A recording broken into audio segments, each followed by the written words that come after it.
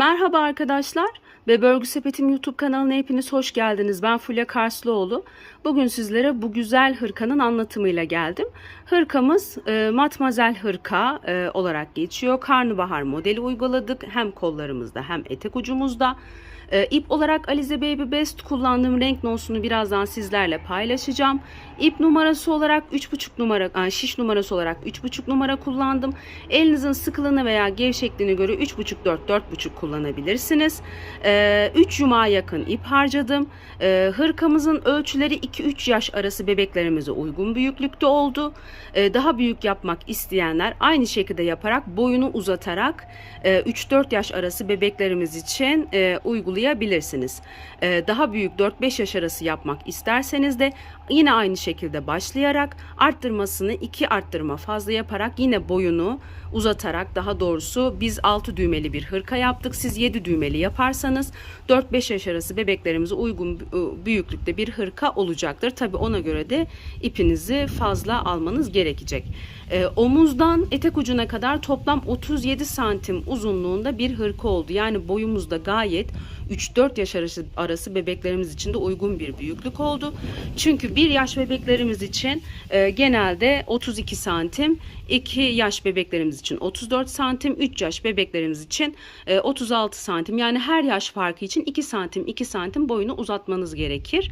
Bu da 37 santim boyda 3-4 yaş arası pardon 2-3 yaş arası ve 3-4 yaş arası bebeklerimiz için gayet güzel uzunlukta bir hırka oldu. Modelimi beğendiyseniz kanalıma abone olup beğen tuşuna basarsanız sevinirim. Abone olun diye yazısının yanındaki zile tıklarsanız yüklediğim videolardan anında haberdar olabilirsiniz. Kanalıma ve bana destek olmak adına alt tarafa yorum yaparak beğen tuşuna basarsanız sevinirim. Eğer hazırsak hep beraber yapımına geçelim. Hepinize şimdiden kolay gelsin diyorum. Hadi başlayalım. Evet arkadaşlar, hırkamızda ip olarak Alize Baby Best marka ip kullanacağım. Çok güzel bambu karışımlı bir ip, anti peeling özellikli. Aynı renk yapmak isteyenler için renk kodum 256, 100 gram ağırlığında, 240 metre uzunluğunda bir ip. Ve bu ip bir tık daha ince olduğu için 3,5 numara şiş kullanacağım. 100 santim misinalı şişe ihtiyacımız var. Çünkü arttırması biraz fazla olan bir hırkamız ve başlangıç ilmek sayımız da fazla.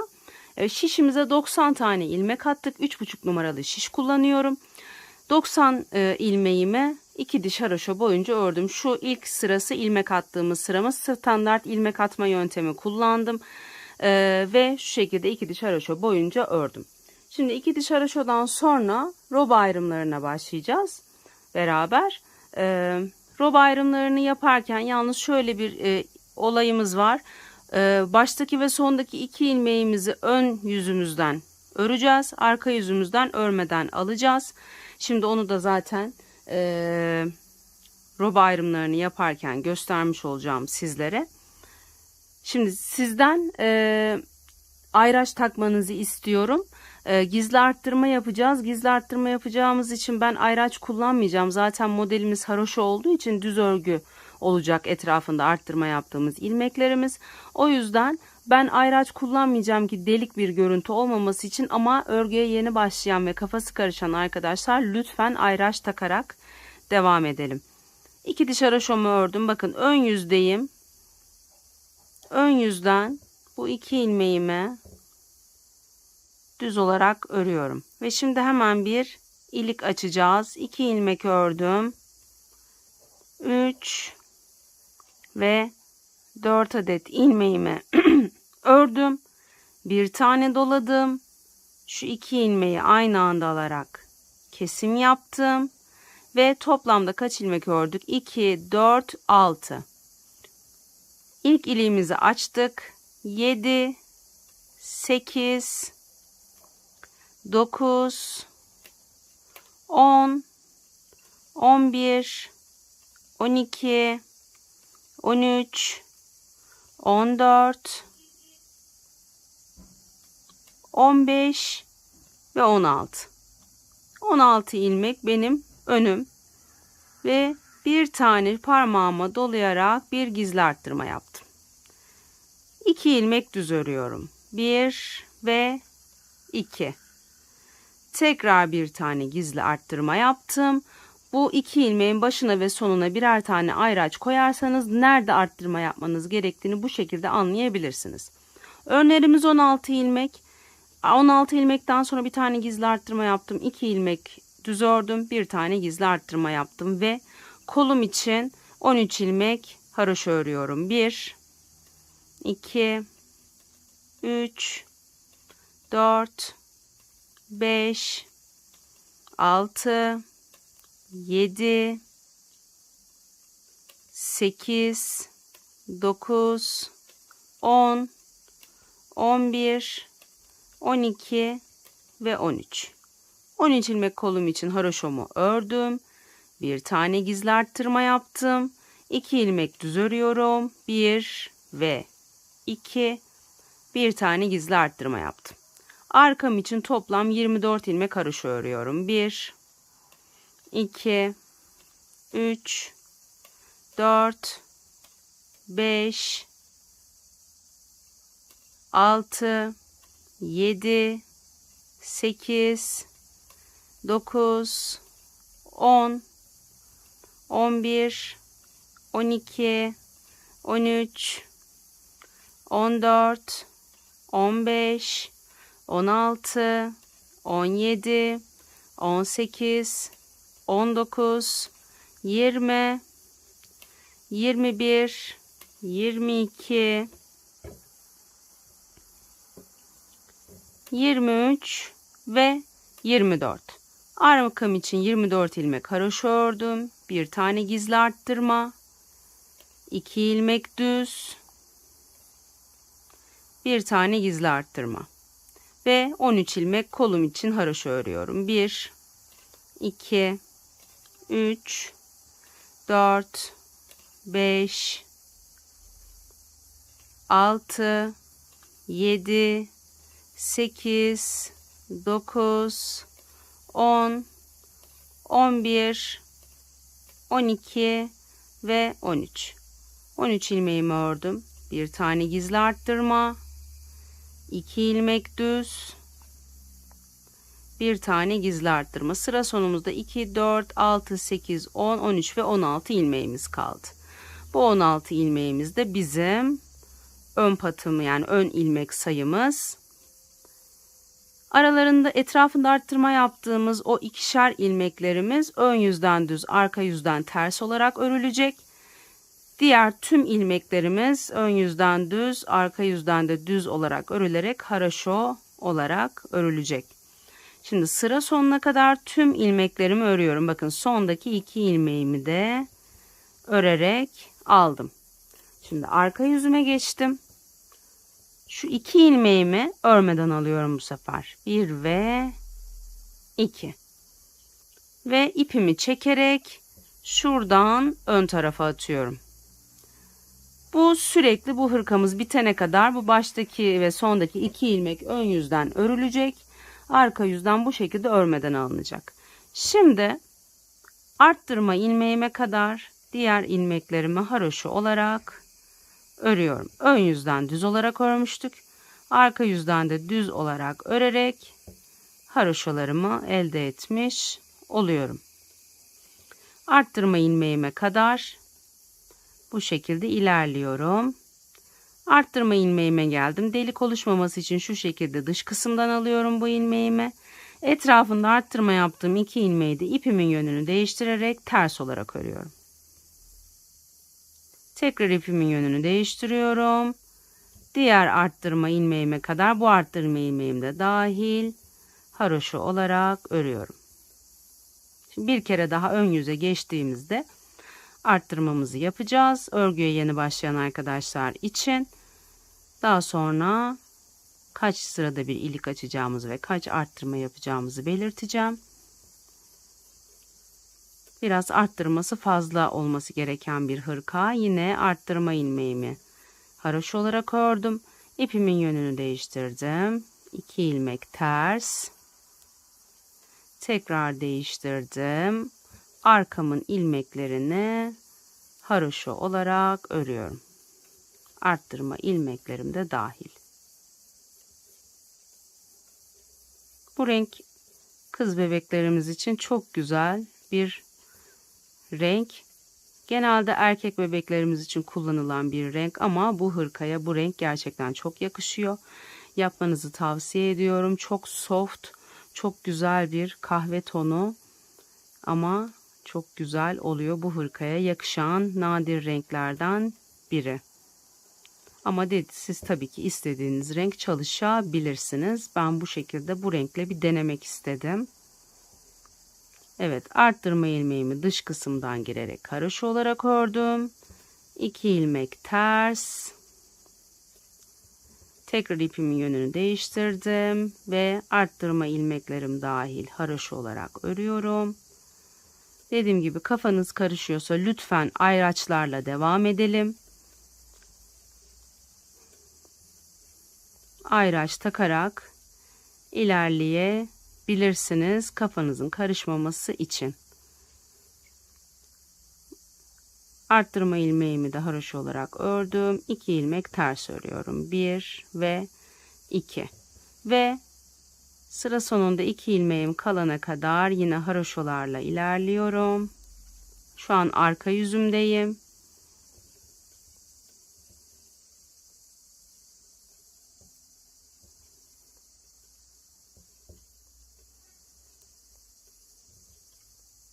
İliğimizi de açmıştık. İşte bu bizim iliğimiz. Onu da ördük. Sonda 2 ilmek kaldı. İpimin yönünü değiştiriyorum. Ve bu 2 ilmeği örmeden alıyorum. Arka yüzümdeyim. Ön yüzüme geçtim. Bakın şöyle bir hat oluşuyor burada. Bizim de istediğimiz bu. Şu an arttırmalarımızı, ilk arttırmamızı yaptık. Ön yüzümdeyim. Yine bu 2 ilmeğimi örüyorum. Arka yüzden örmedim. Ön yüzden bu 2 ilmeğimi örüyorum ve toplam 16 ilmek örmüştük. 17 ilmek öreceğiz. Bir tane arttırma yapınca bu kısım 1 ilmek fazlalaştı. 3 4 5 6 7 8 9 10 11 12 13 14 15 16 ve 17. Hemen bir gizli arttırma, 2 ilmek düz, bir adet gizli arttırma. Kolumuzun ilmek sayısı 13'tü. Hem sağından hem solundan birer tane arttırdık. 15 ilmeğe çıktı. 1 2 3 4 5 6 7 8 9 10 11 12 13 14 ve 15. 15 ilmeğimi ördüm. Bir gizli arttırma, 2 ilmek düz. Pardon, 2 ilmek düz, bir tane gizli arttırma. Arkamızın ilmek sayısı 24'tü. Bir başından bir sonundan arttırmamızı yaptık. 26'ya çıktı.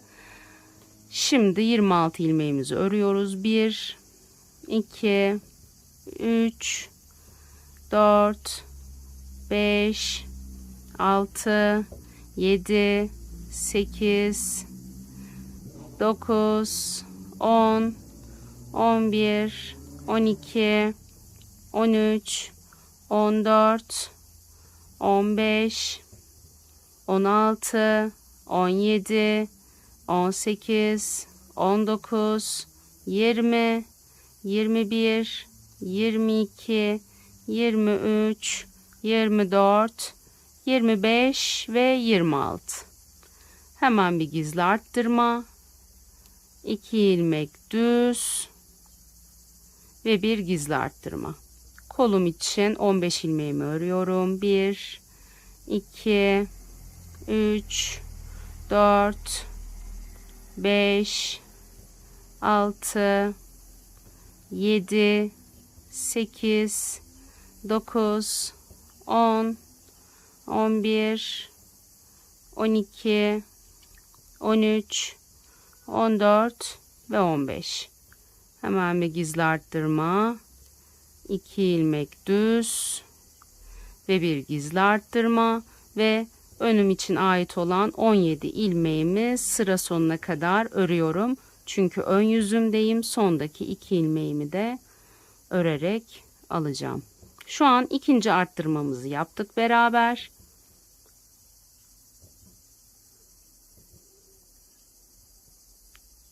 Arka yüzden de zaten biraz evvel ördüğüm gibi örülecek sürekli.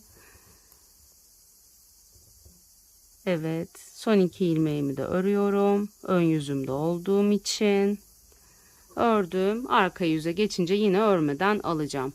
Bakın şu anki ikinci arttırmamızı beraber yaptık. Toplamda 24 tane arttırma yapacağız arkadaşlar. Çünkü alt tarafta bir karnabahar modelimiz var ve bu karnabahar modelinin oturabilmesi için lütfen mevcut olan anlattığım şekildeki ilmek sayısıyla başlayalım ve o şekilde devam edelim ve aynı arttırmayla devam edelim. Yoksa karnabahar modelinde kayma olacak, ilmeklerini tutturamayız. Kol ilmek sayısında da tutturamayız. Çünkü onun da ucunda bir karnabahar modeli olacak kolumuzda. O yüzden lütfen belirttiğim gibi 90 ilmekle başlayalım. Önlerimiz 16, kollar 13, arka 24 ve etrafında arttırma yaptığımız ilmeklerimiz ikişer olarak ayrıldı. Toplam 24 tane arttırma yapacağız ve 12 diş arayla iliklerimizi açacağız. Bir tık daha uzun olsun derseniz 13 diş haraşoyla da yapabilirsiniz. Bu şekilde ilerleyeceğiz. Robamızdaki arttırmalarımızı isterseniz 12 diş haraşoyla yapalım. 12 diş haraşo arayla yapalım. Alt kısma yani karnabahar modelinize geçtiğimiz zaman o kısım biraz daha böyle elbise görünümlü bir hırka olduğu için oradan itibaren 13 diş haraşoyla açmaya başlayabiliriz. Onu da size belirteceğim. Şimdi bu şekilde 2 arttırmamızı yaptık. Arka yüzden de yine haraşo olarak örüyoruz. Etrafında arttırma yaptığımız 2 ilmeğimizi arka yüzden ters olarak öreceğiz. Yine baştaki ve sondaki 2 ilmeğimizi arka yüzden gösterdiğim şekilde örmeden alacağız. Şimdi bu şekilde 24 tane arttırmamızı tamamlayalım. Beraber kollarımızı ayıralım. Ve evet arkadaşlar, toplamda 24 tane arttırma yaptım. 24. arttırmamı ön yüzden yaptım. Şimdi arka yüzden örerken kollarımızı ayıracağız. 3,5'la ördüğümüz için gayet iyi bir arttırma oldu. İlk 2 ilmeği arka yüzde olduğum için örmeden alıyorum. İpimin yönünü değiştirdim ve haraşolarla devam ediyorum. Koluma doğru ilerliyorum. Ördüğüm ilmek sayısını da belirteyim. 3, 6, 7, 8, 9, 10, 11, 12, 13, 14, 15, 16, 17, 18, 19, 20, 21, 22, 23, 24, 25, 26, 27, 28, 29, 30, 31, 32, 33, 34, 35, 36, 37, 38, 39 ve arttırma ilmeğim 40. Etrafında arttırma yaptığımız 2 ilmeğimiz bu. Onu da ters olarak örerek bir tanesini bedene dahil ettim.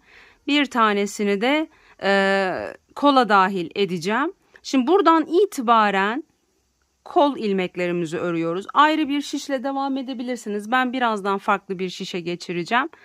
Bu sıramızda bu ilmeğimizi de ters olarak öreceğim. Geri dönüşte bütün ilmeklerimizi haroşa olarak yapacağım. İpimin yönünü değiştirdim. Şimdi koluma doğru ilerliyorum. Şimdi ön yüzümüze geçtiğimizde arka yüzde olduğumuz için yine tersleri ters olarak ördüm. Ön yüzümüze geçtiğimizde artık tüm ilmeklerimizi haroşa olarak öreceğiz. Şimdi diğer arttırma ilmeğimize doğru haroşolarla ilerliyorum.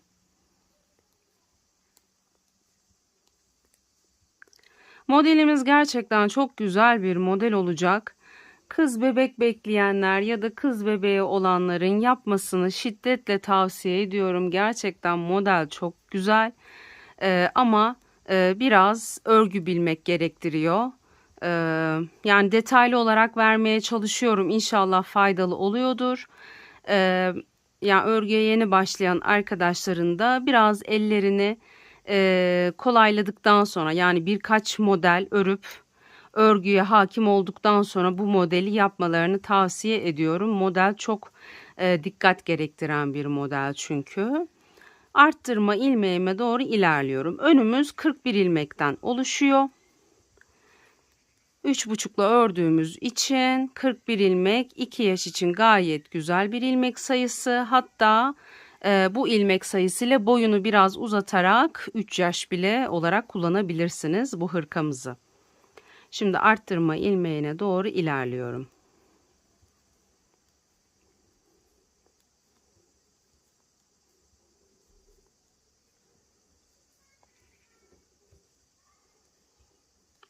Evet. Arttırma ilmeğime geldim. Arttırma ilmeğimi de haroş olarak ördüm. Etrafında arttırma yaptığımız 2 ilmeğin birini de ters olarak ördüm ve tekrar geri dönüyorum.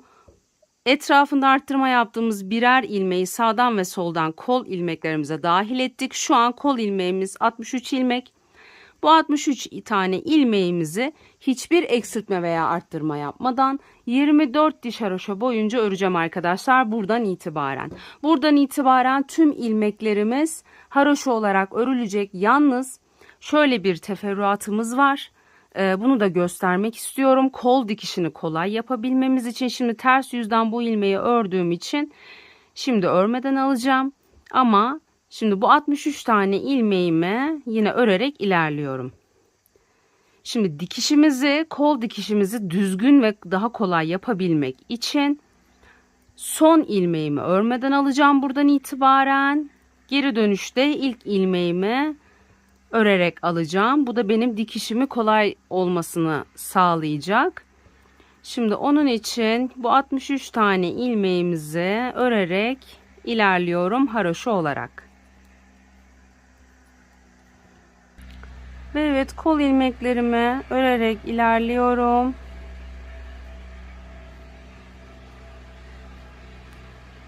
Bakın düz örgülerim. Bunun bir tanesini bedene dahil ettik, bir tanesini kola dahil ettik biliyorsunuz. Burada ipimin yönünü değiştirerek bu ilmeği örmeden aldım. Tekrar geri dönüyorum. Tekrar ipim bu tarafta. Bakın ilk ilmeğimi şu şekilde ters örgü olarak alacağım. Ve tekrar ipimin yönünü değiştirerek haroşa olarak öreceğim. Her zaman bu şekilde ipimizin yönünü değiştirerek son ilmeği örmeden alacağız. Ve ters örgü olarak örerek daha sonra ilmeklerimizi haroşa olarak öreceğiz. Bu şekilde toplam 24 diş haroşa olana kadar örelim. Ondan sonra kol ağzımızdaki modelimizle devam edelim.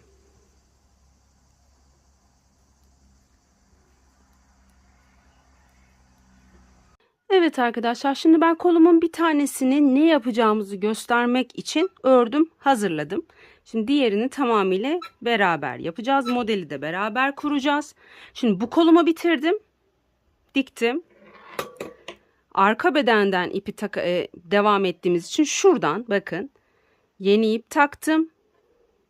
Koltuk altından arttırmamızı yaptık. Onu da göstereceğim. Bedene kadar geldim. Yine 63 ilmeğimizi aldım ve 24 diş haroşa boyunca ördüm. Zaten 24 diş haroşa boyunca örecektik. Şu şekilde göstereyim. Aynı şekilde etrafında arttırma yaptığımız birer ilmeği kola dahil ettik. Birer ilmeği arka ve ön bedene dahil ettik. Koltuk altından itibaren 24 diş haroşa boyunca ördüm. 25. de ön yüzden ördüm. Arka yüzden örerken şimdi bir arttırma işlemi yapacağız. Şişimizde 63 tane ilmeğimiz vardı. Bu ilmek sayımızı 92'ye çıkartacağız. Ve şu şekilde 92 ilmekle modelimizi uygulayacağız. Beraber Arttırma işlemimizi yapalım. Yine ilk ilmeğimi ters olarak alıyorum. İpimin yönünü değiştirdim. İkinci ilmeğimi de haroşa olarak ördüm. Şimdi toplam 29 tane arttırma işlemi yapacağız. Onun için sayarak ilerliyorum. Önce buradan girdim, ördüm. Aynı ilmeği daha sonra iç kısımdan girerek ördüm ve bir ilmek arttırmış oldum. Bir ilmek örüyorum. Bakın tekrar önce şuradan girdim. Ördüm bu ilmeği. Daha sonra dıştan girdim, ördüm ve ikinci arttırmamızı yaptık. Bir ilmek ördüm. Aynı şekilde bir içten, bir dıştan aynı ilmeği ördüm. Üçüncü arttırmam. Bir ilmek ördüm. Aynı işlemi yapıyorum. Dördüncü arttırmam. Bir ilmek ördüm. Tekrar beşinci arttırmam. Bir ilmek ördüm. Altıncı arttırmam. Bir ilmek ördüm. Yedinci arttırmam. Bir ilmek ördüm.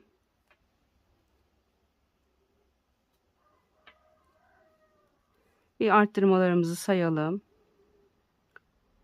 1 2 3 4 5 6 7 ve 8 tane arttırma yapmışız arkadaşlar. Şu an 8 arttırma olmuş. Bir ilmek ördüm.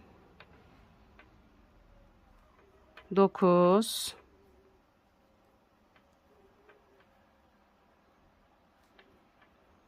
10 bir ilmek örüyorum. Tekrar 11 bir ilmek ördüm. 12 bir ilmek ördüm. 13 bir ilmek ördüm. 14 bir ilmek ördüm. 15 bir ilmek ördüm. Pardon, şu ilmeği bir daha. 16 bir ilmek ördüm. 17 bir ilmek ördüm. 18 bir ilmek ördüm. 19 bir ilmek ördüm.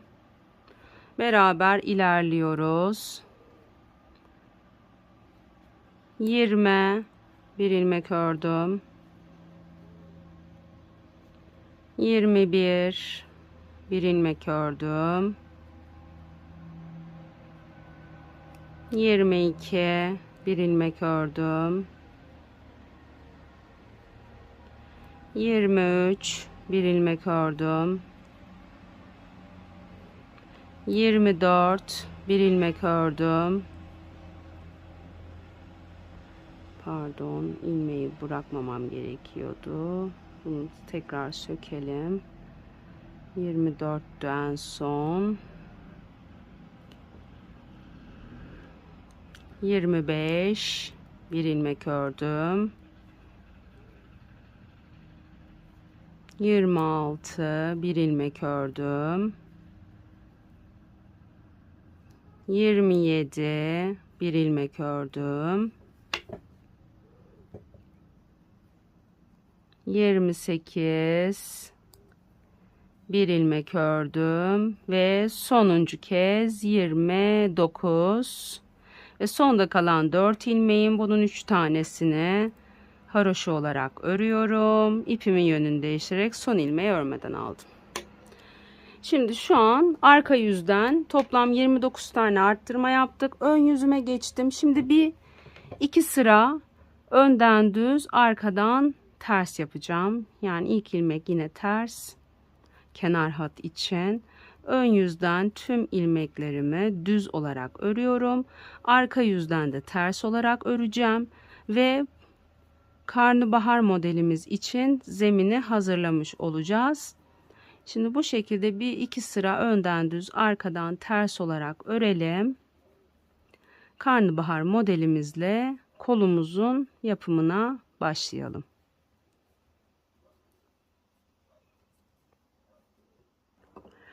Evet arkadaşlar, toplamda 2 sıra önden düz arkadan ters olarak ördüm ve şimdi hemen modelimizin kurulumuna başlıyoruz. Modelimiz karnabahar modeli. Başta ve sonunda yarım model uygulayacağız. Aralarda tam model uygulayacağız. Onun için şimdi beraber başlıyoruz. Şimdi ilk ilmeğimi ters örgü olarak örüyorum yine kenar hat için. Ters örgülerle kuruluyor model. O yüzden ters olarak devam ediyorum. 2 ilmeği aynı anda alarak kesim yapıyorum. Bu birinci kesimim. Tekrar 2 ilmeği aynı anda alarak kesim yapıyorum. İkinci kesimim. Tekrar kesim yapıyorum. Üçüncü kesimim.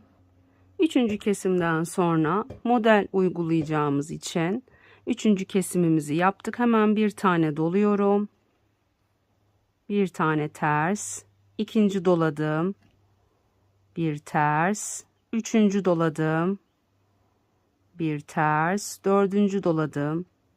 Bir ters. Beşinci doladım. Bir ters. Altıncı doladım. Bir ters. 6 ilmek ördük. 6 ilmek de arttırdık. Toplamda 12 tane arttırma yapmış olduk. Pardon, 6 ilmeği 12'ye çıkarmış olduk. Şimdi tekrar ters örgülerle devam ediyorum. Yine 2 ilmeği aynı anda alarak kesim yaptım. Bu birinci kesimim. Tekrar 2 ilmek aynı anda. İkinci kesimim. Tekrar üçüncü kesimim. Tekrar dördüncü kesimim. Ve tekrar beşinci kesimim. Ve son kez altıncı kesimim. Şimdi başta 3 kesimle başladık. Çünkü burası yarım model. Ortada 6 tane kesimle devam ediyoruz. 6 tane kesim yaptıktan sonra bir tane doluyorum. Bir ters. Bir dola. Üçüncü dola. Bir ters. Dördüncü dola. Bir ters. Beşinci dola. Bir ters. Altıncı dola. Bir ters. Tekrar kesimlerimizi yapıyoruz. 2 ilmeği aynı anda kesim yaptım. Birinci kesimim. Tekrar kesim yapıyorum. İkinci kesimim. Tekrar üçüncü kesimim. Tekrar dördüncü kesimim. Tekrar beşinci kesimim. Ve tekrar altıncı kesimim. 6 kesimden sonra bir doluyorum. Bir ters. 2 doluyorum. Bir ters. 3 doluyorum. Bir ters. 5 doluyorum. Bir ters. 6 doluyorum. Bir ters. Tekrar kesimle başlıyorum. Birinci kesimim. İkinci kesimim. Üçüncü kesimim. Dördüncü kesimim. Beşinci kesimim. Ve altıncı kesimim. Kesimler biter bitmez bir dola. Bir ters. İkinci kez dola. Bir ters. Üçüncü kez dola. Bir ters. Dördüncü kez dola. Bir ters. Beşinci kez dola. Bir ters. Altıncı kez dola. Bir ters. Hemen kesimlerle devam ediyorum. Birinci kesimim. Ters olarak kesiyoruz. Model ters olarak kuruluyor. İkinci kesimim. Üçüncü kesimim. Dördüncü kesimim. Beşinci kesimim. Ve altıncı kesimim. Tekrar bir dola, bir ters. İkinci dolamam, bir ters. Üçüncü dolamam, bir ters. Dördüncü dolamam, bir ters. Beşinci dolamam, bir ters. Altıncı dolamam, bir ters. Şimdi başlangıçta 3 tane kesim yaparak başlamıştık. 3 tane de kesim yaparak tamamlayacağız. Onun için birinci kesimim,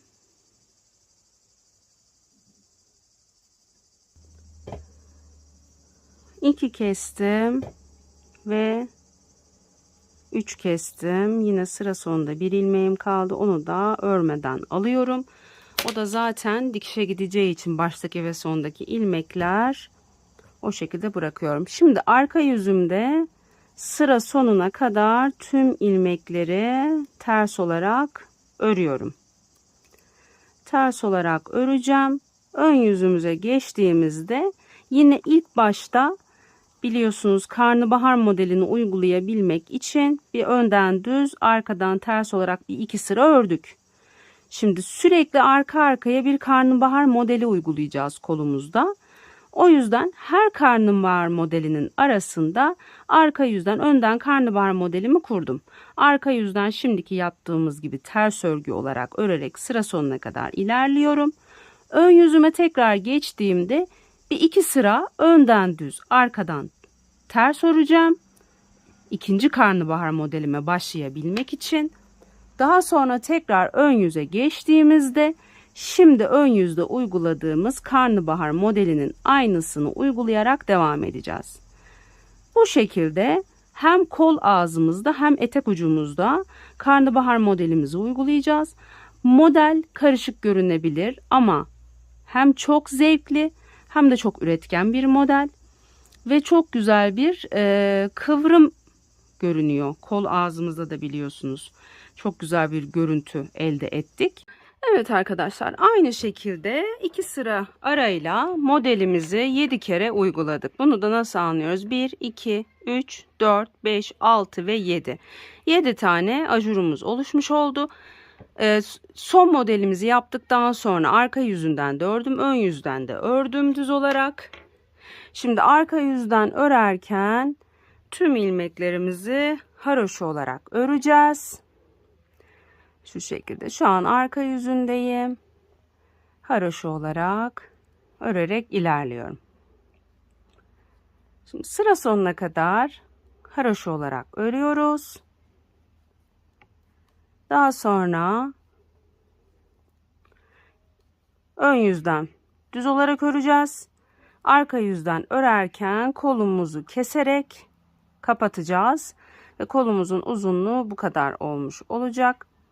Şimdi bu şekilde arka yüzden düz, ön yüzden düz ve tekrar arka yüze geçtiğimizde kesimle devam edelim. Evet, bakın son modelden sonra bir diş haroşom oluştu. Ön yüzden tekrar tüm ilmeklerimi düz olarak ördüm. Şimdi arka yüze geçince örerek kesme işlemi yaparak kol ağzımızı kapatacağız. Yine ilk ilmeğimi ters örgü olarak örüp ipimin yönünü değiştirdim. İkinci ilmeğimi de ördüm. Şu ilmeği üzerinden atlattım. Bir ilmek daha ördüm. İlk ilmeği ikincinin üzerinden atlatıyorum. Tekrar aynı işlem. Bir ilmek örüp atlatıyorum. Bir ilmek örüp atlatıyorum. Ve bu şekilde tüm ilmeklerimizi kapatacağız. Ve bu iki ters yüzden örerek kesme işlemi yaptığımız için de ikinci diş haroşomuzu oluşturmuş oluyoruz. Şimdi kol ağzımızda da 2 diş haroşo oluşmuş oluyor. Şimdi bu şekilde kesimlerimizi de tüm ilmekler bitene kadar yapalım. Daha sonra beraber koltuk altından bir arttırma işlemi yapacağız ve örerek artık tamamlayacağız ve kolumuzu da dikeceğiz. Kolumuzu dikerek ilerliyorum ben hırka örerken. Şimdi bu şekilde ilmekleri kapatalım ve beraber kolumuzun dikişini yapalım.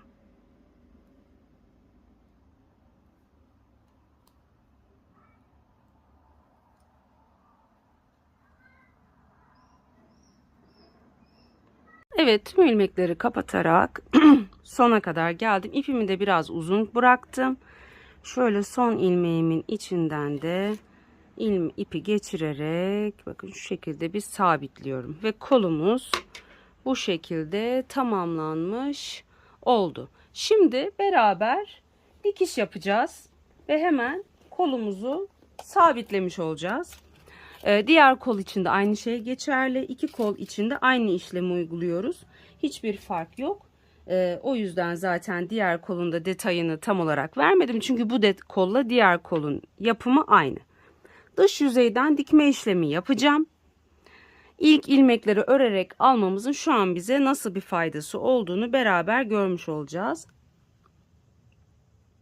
Dikişimizi gerçekten çok kolay bir hale getirecek. İpimizi uzun bıraktığımız için sabit olan ipimle dikişe başlayacağım. Hemen şuradan ilk ilmekten girerek başlıyorum dikişe. Karşılıklı gelen ilmekleri bakın çıkıntı gibi duruyor zaten. Karşılıklı gelen ilmekleri tutturarak başlıyorum dikişime. Ama lütfen kaydırma yapmamaya dikkat edelim. Kolda kayma olmasın dikiş yaparken. Bakın bu şekilde kolay bir dikiş yapmamızı sağlıyor ilk ilmeği o şekilde örmemiz. Düz örgü örerken de modelli örgü örer. Mesela burası modelli kısım. Modelli kısımda da aynı dikme yöntemini kullanıyorum. Şimdi haroşoya geçtiğimizde de göreceksiniz. Aynı şekilde dikişimi yaparak devam edeceğim. Ve bu aynı işlem düz örgü için de geçerli. Düz örgülü modellerde de yine bu şekilde ilk ilmeği ters örgü olarak örmemizde bu şekilde kolay bir dikiş yapmamızı sağlayacak. Şimdi bakın modelli kısmı bitiriyorum yavaş yavaş. Modelli kısmımızı tamamladık. Şimdi haroşa kısma geçiyorum ve bakın aynı şekilde devam ediyorum. Dikişimizde hiçbir fark yok. Aynı şekilde ilerleyerek tamamlayacağız koltuk altına kadar. Şimdi koltuk altına geçtikten sonra koltuk altında bir arttırma işlemimiz olacak. Bu arttırma işlemi her iki koltuk altı için de geçerli. Bu dikişte her iki kolumuz için geçerli. Kollarımızı dikerek ilerlememiz bize kolaylık sağlayacak. Çünkü en azından daha az bir karışıklık oluşmasını sağlayacak. O yüzden kolumuzu dikerek ilerleyelim. İsterseniz dikmeyip daha sonra da dikebilirsiniz. Koltuk altından gizli arttırma yaparak o şekilde de ilerleyebilirsiniz. Ama bu şekilde daha kolay ve daha muntazam bir ilerleme sağlıyoruz örgümüzde. Şimdi bu şekilde ilerliyorum. Beraber bir kolun dikimini tamamlayalım. Şimdi hemen zaten bedenimize geçeceğiz. Bedenimizde de yine karnabahar modelimiz var. Onun içinde bir yine arttırma işlemimiz olacak. Kol ağzında yaptığımız arttırma işlemi gibi bedende de bir arttırma işlemimiz olacak. Modeli uygulayabilmemiz için. Bakın koltuk altına kadar geliyorum.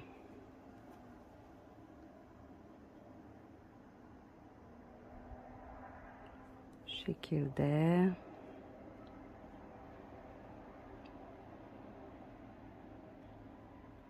Şimdi beraber nereden son ilmeği girdiğimize iyi bakalım. Evet, şuradayız. Evet, bakın kolumuzun dikişini beraber tamamlamış olduk ve kolumuz tamamlanmış oldu. Şimdi bu ipi sabitleyeceğim iç kısımdan açılmaması için. Biraz çekelim. Şuradan herhangi bir yerden giriyorum. İpimi sabitleyeceğim ve biraz yürüterek ilerleyeceğim. Evet. Sabitledik. Şu aralardan ilerleterek, yürüterek ipimizi ilerletiyoruz. Yürütmeden lütfen kesim yapmayın. İpimi de kesiyorum ve böylelikle kolumuzun dikişini tamamlamış oldum. Şimdi benim şiş başlıklarımı değiştirmem lazım.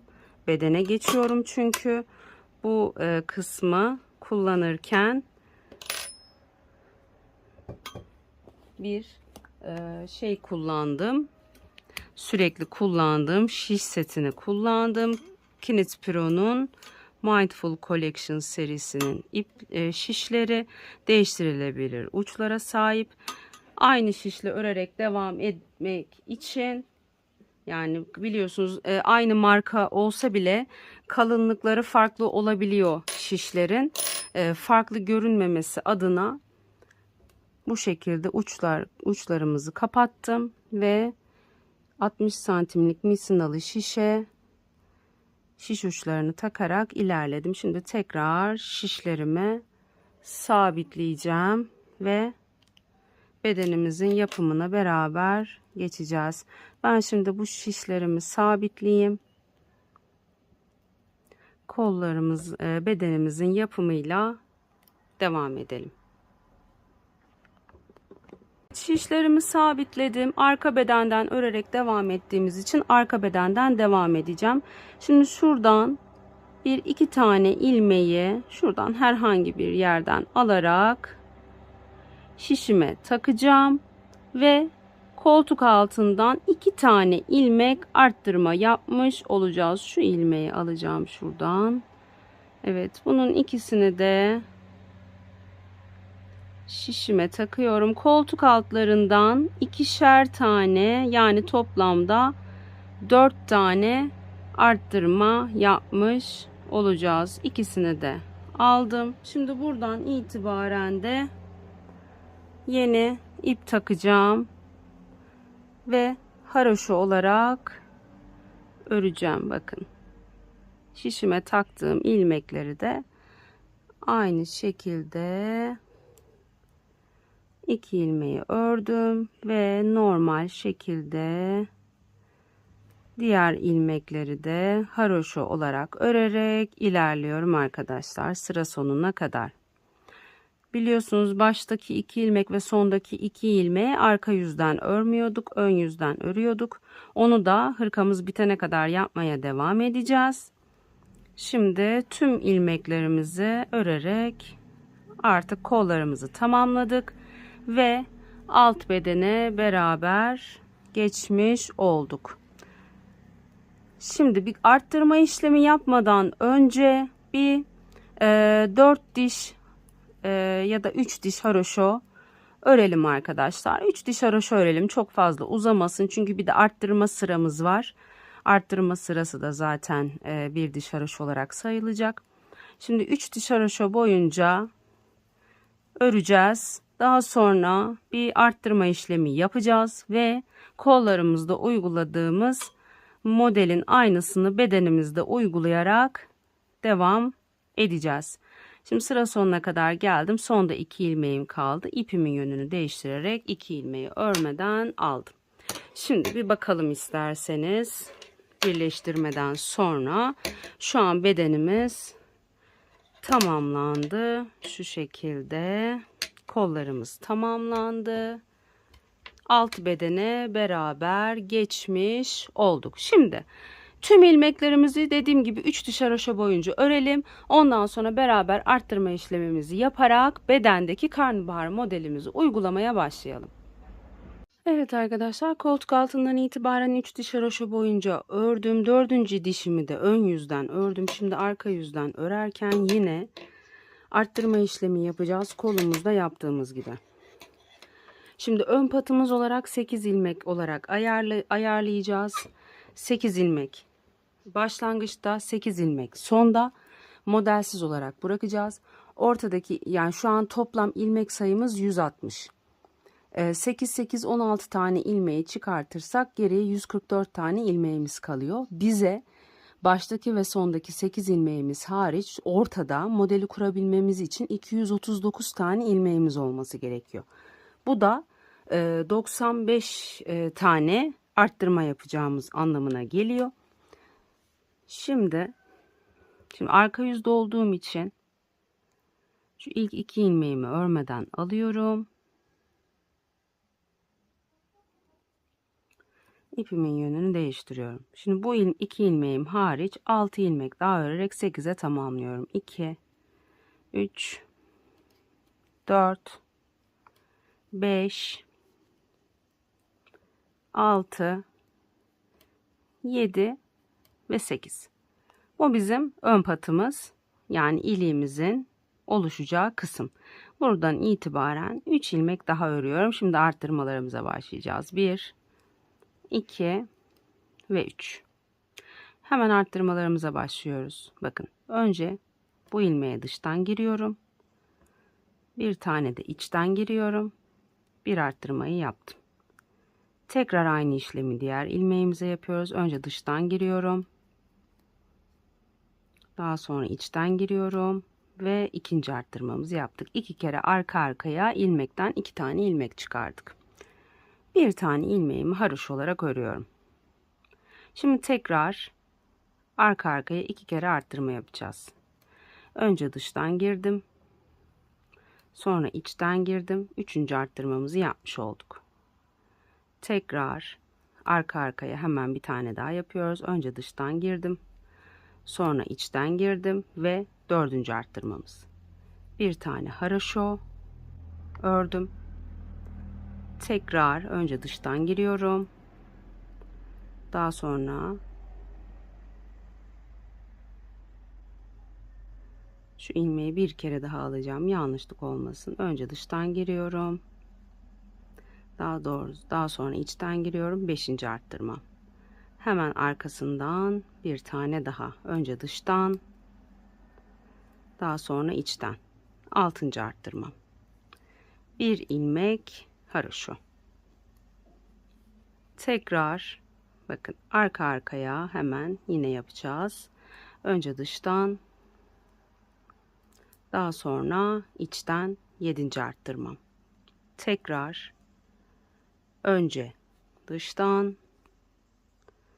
daha sonra içten 8. arttırmam ve bir ilmek haroşa. Şimdi bu şekilde 8 tane arttırmayı beraber yaptık. Sıra sonunda 8 tane ilmek kalana kadar 95 tane ilmeğimizi arttırmamız gerekiyor. Baştaki ve sondaki 8 ilmeğimiz hariç orta kısımda 239 tane ilmek olması lazım. Lütfen ilmeklerinizi sayın arkadaşlar.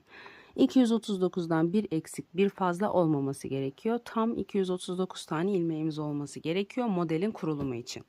Şimdi bu şekilde sondaki 8 ilmeğimize kadar arttırmalarımızı yapalım. 8 tane arttırmayı beraber yaptık. 2 tane arttırmayı arka arkaya yapıp bir tane ilmek öreceğiz. Bu şekilde ilerleyeceğiz.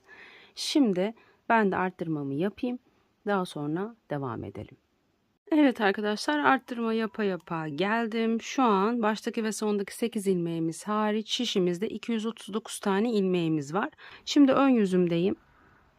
Son 2 ilmeğimi arka yüzden örmeden aldığım için ön yüzden örerek alıyorum. Ve şimdi 2 sıra modele başlayacağımız için önden düz, arkadan ters olarak örmemiz gerekiyor. Önden düz, arkadan ters olarak 2 sıra örelim. Ondan sonra kolumuzda yaptığımız gibi karnabahar modelimizi uygulamaya başlayacağız. Ve yine her karnabahar modeli arasında 2 sıra koyarak istediğimiz uzunluğa gelene kadar karnabahar modellerimizi uygulamaya devam edeceğiz. Şimdi ben de 2 sıramı öreyim. Örgüye yeni başlayan arkadaşlar için karnabahar modelimi göstermek üzere tekrar burada olacağım. Evet arkadaşlar, arttırma işlemimizden sonra 2 sıra boyunca da önden düz, arkadan ters olarak ördüm. Baştaki ve sondaki 8 ilmeğimizi yine aynı şekilde baştaki 2 ilmeğimizi ön yüzden örmeye devam ediyoruz. Arka yüzden örmüyoruz. Geri kalan 6 ilmeğimizi de haroşa olarak hırkamızın bitimine kadar bu şekilde devam edecek. Şimdi hemen modelimizin kurulumunu tekrar kolumuzda yaptığımız gibi bedenimizde uygulayacağız. Baştaki 8 ilmeğimizi yine örüyoruz.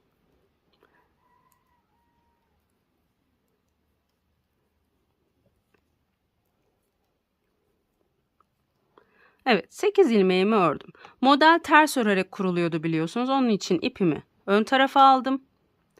Yine yarım modelle başlayacağım. Yarım modelle bitireceğim. Onun için bir kestim. 2 kestim. 3 kestim. Ters olarak 3 kere kesimimizi yaptık. Kolumuzdakiyle aynı işlem. Daha sonra bir dola, bir ör. 2 dola, bir ör. 3 dola, bir ör. 4 dola, bir ör. 5 dola, bir ör. 6 dola, bir ör. Ve tekrar bu sefer 6 kere kesim yapıyoruz. 1 2 3 4 5 ve 6. 6 kere kesimimizi yaptık. Tekrar bir dola, bir ör. 2 dola, bir ör.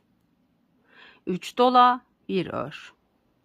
4 dola, bir ör. 5 dola, bir ör. 6 dola, bir ör. Tekrar aynı şekilde 6 kere kesim yapıyoruz. Bir kestim. 2 kestim. 3 kestim. 4 kestim. 5 kestim. Son kez keseceğim. 6 kestim. Ve tekrar 6 kesimden sonra bir dola, bir ör. İkinciyi dola, bir ör. Üçüncüyü dola, bir ör. Dördüncüyü dola, bir ör. Beşinciyi dola, bir ör. Altıncıyı dola, bir ör. Model her zaman ters olarak örülerek kuruluyor. Şimdi ilmek sayımız çok fazla olduğu için şimdi sıra sonuna kadar anlatırsam çok uzayacak video. O yüzden bir kere daha yapıyorum. Bir kestim. 2 kestim. 3 kestim. 4 kestim. 5 kestim. Ve 6 kestim.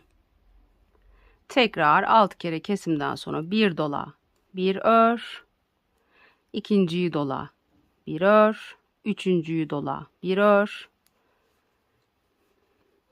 Dördüncüyü dola, bir ör. Beşinciyi dola, bir ör. Altıncıyı dola, bir ör. Ve bu şekilde sıra sonunda 8 ilmek kalana kadar modeli kurmaya devam edeceğiz. Kollarımızda olduğu gibi. Bu şekilde modeli kurmaya devam edelim. Başlangıçta biliyorsunuz 8 ilmeğimiz yanında 3 tane kesimle bitirmiştik. Burada da aynı şekilde sıra sonunda da 3 tane kesimle bitirmemiz gerekiyor. O yüzden şimdi sıra sonuna kadar devam edelim. Sıra sonunda tekrar çekeceğim. Evet, modeli uygulaya geldim. 8 ilmeğimin yanında şu an 2, 4, 6 tane ilmeğim var. Bunları da son kez 3 kere 1, 2, 3 kez kesim yaparak bitirdim. İpimin yönünü değiştiriyorum. Sondaki 8 ilmeğimi örerek tamamlıyorum. Arka yüzden kolumuzda yaptığımız gibi tüm ilmekler, baştaki ve sondaki 8'er ilmeğimiz hariç tüm ilmekler ters olarak örülecek. Daha sonra kolda olduğu gibi arkadaşlar her modelin arasına şu şekilde 2 sıra önden düz arkadan ters koyacağız. Daha sonra tekrar diğer modeli bu şekilde uygulayarak devam edeceğiz. Hepsi bu. Şimdi bu şekilde ilerleyelim. İstediğimiz uzunluğa gelene kadar modeli bu şekilde her 2 sıra önden düz arkadan tersten sonra modeli uygulaya devam edelim. Ondan sonra beraber etek ucunu kapatalım. Lütfen iliklerimizi açmaya devam edelim. Bu hırkamız tamamıyla ilikli, düğmeli bir hırka. İsterseniz robadan aşağıya ilik de açmayabilirsiniz. Yani robası ilikli, geri kalan yerleri iliksiz bir şekilde de çalışabilirsiniz. Ama ben komple ilikli olarak çalışacağım. O yüzden şimdi buradan itibaren 13 diş haroşoda bir ilik açmaya başlayacağım. Çünkü 2 yaş için çalıştığımız için çok kısa bir hırka olmasını istemiyorum. O yüzden 13 diş haroşoda bir ilik açmaya devam edeceğim. İstediğim uzunluğa gelince sizlere bunu kaç adet karnabahar modeli uygulayarak bitirdiğimi belirteceğim. Şimdi aynı şekilde modeli bir iki sıra önden düz arkadan tersten sonra uygulayarak devam edelim. Ondan sonra beraber hırkamızın son haline bakalım. Ve evet arkadaşlar, hırkamızı bu şekilde tamamlamış oldum. Koltuk altından itibaren, modele başladığım yerden itibaren toplam 20 tane model uyguladım. Ve kollarda yaptığımız gibi bir diş haroşo yaparak etek ucunu da koldaki gibi keserek tamamladım. Toplamda 6 düğmeli bir hırka oldu. 6 düğmeli bir hırka oldu ve bu şekilde toplam arkadaşlar 3 yumaya yakın ip harcadık. Çünkü hem belinde hem kollarında bir ip detayımız var ve ayrıca pomponda olduğu için yani 3. yumaktan çok az avuç içi kadar bir yumak kaldı.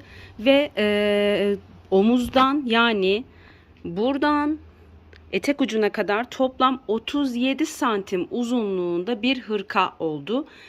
Yani arkadaşlar bunun boyunu uzattıkça enimiz, çünkü gayet iyi, enimizi çünkü iple kastığımız için model öyle, kollarımız da öyle kastığımız için bu hırkamızın boyunu ne kadar uzatırsanız o kadar fazla bebeğinize giydirebilirsiniz. Yani ben 20 tane model uyguladım. 21-22 tane model uygularsanız aynı bu büyüklükte 4 yaş çocuğunuza bile rahatlıkla olacak bir hırka oldu. Ama sadece kollarını uzatmanız gerekecek. Çünkü kolları 2 yaş, 2-2,5 yaş bebeklerimize uygun oldu. Hatta bu ölçüler 2-3 yaş arası bebeklerimiz için gayet güzel büyüklükte oldu. Rengi de hırkaya çok yakıştı ve ben gerçekten sonuçtan çok memnunum. Eğer 3-4 yaş arası yapmak istiyorsanız aynı şekilde yaparak, çünkü dediğim gibi beden genişliği gayet iyi.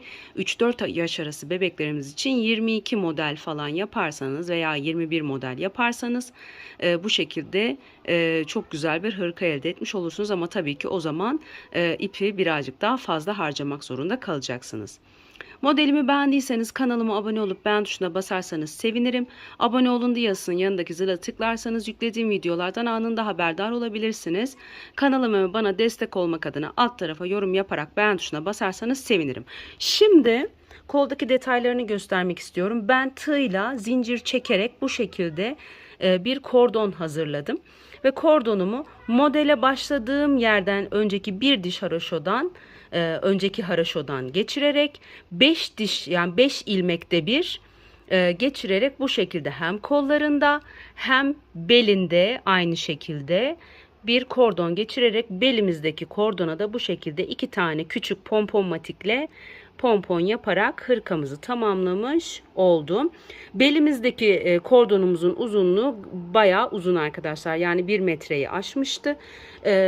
Kolumuz için olan ise yani şöyle 60 santim falan civarı yaparsanız yeterli olacaktır. Çünkü kolumuzu büzdüğümüz için gayet güzel bir büyüklükte olmuş olur. Hepinize videomu izlediğiniz için teşekkür ediyorum. Kolay gelsin diyorum. Hayırlı günler diliyorum.